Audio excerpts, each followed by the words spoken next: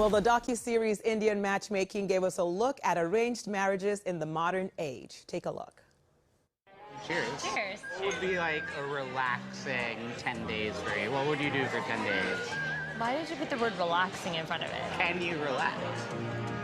Not for me. I will talk to you never. So fickle-minded and fussy. And I'm here to help them. In India, the marriages, they are between two families. So the parents guide their children, and that is the work of a matchmaker. Very nice person, understands sense of humor. You know how I hate comedy. Well, I bet you Aparna was the reason the show was a big hit for Netflix, and we'll be back for a second season. However, for Miss Aparna, the experience was less than stellar, and she tells her story in this new book titled She's Unlikable and Other Lies That Bring Women Down. If you saw the show, then you know our next guest tells it like it is, and we'll talk to you never, if and when necessary. She's an attorney who has now added author to her resume, so please welcome Aparna Shewakramani to the show. Good morning, Aparna.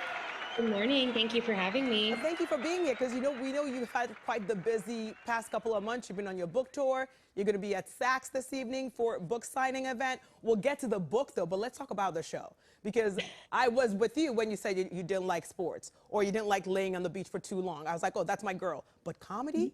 I laugh out loud at the things you say. So how can you not like comedy if you're comical? I don't like men who think they're funny. Like, they're usually not. And so when a man leads on his dating bio with he's an amateur comedian or he thinks he's really funny, then I'm like, uh-oh, we got a problem. All right, so but if a guy is funny and is not trying hard to be, you're fine with that. Like if you met a comedian and they're like, oh, you're good with that. It's guys who think they're funny but they're not, that you have an issue with. Exactly, but I think that's most men. All right, Aparna, you've spoken out about how the series was edited and how you were portrayed. And you've said what you didn't like about how you were portrayed. What would you say they got right about you? I would say that I am strong and I'm driven, and I think I deserve a good partner. I think all women do. I think we can be multifaceted and that we can be all of the things that are good in life and still want a partner. Like, I had a beautiful home. I was at the height of my career. I had a family who loved me, and I still wanted love. Oh, who doesn't really? And I'm just letting you know that I loved like your sayings, the way you were. At first I thought you were joking, but now I realized that you were not joking, because some of the things you said were like, it takes a really brave person to say that. So maybe my reaction to you is that I laughed. What was the reaction from your colleagues or most of the fans? A lot of people were supportive. They called me the most polarizing character, because polarizing means you got a lot of hate, but you get a lot of love.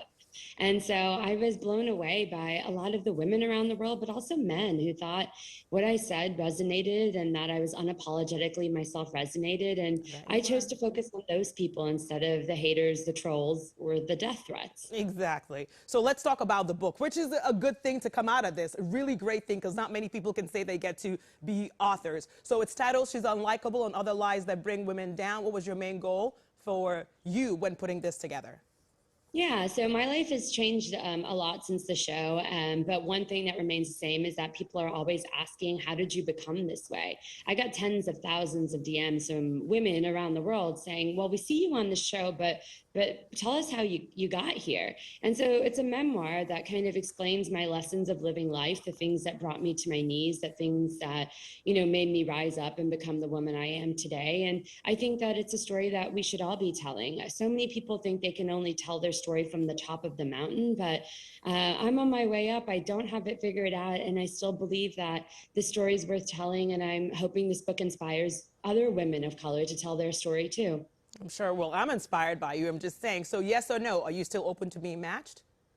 I am. I can't confirm or deny if I'm on season 2, but I'm ready to watch it. That's for sure. We're ready too. But first, we're going to check out your book, which is out now. We should talk to you. You're going to be at Saks tonight at 5, correct, for your book signing? I am. I have a book signing tonight at 5 o'clock at Saks Fifth Avenue. They have a space called Saks Works on the 10th floor here in New York. And it's one of my last book events. I've been traveling for 8 weeks through India and America. Wow. And this is going to be a great finale for me. All right. You should take me to India next time you go. I'll be your bodyguard and your bag carrier and assistant and everything. Okay? Done and done. I can't wait. Congrats on all your success, Aparna. The book is available now everywhere books are sold. It's titled She's Unlikable and Other Lies That Bring Women Down. So go get it. You're going to love it. And don't forget her event is at Saks tonight at 5. Thanks, Aparna. See you soon. Thank you so much for having me. Bye.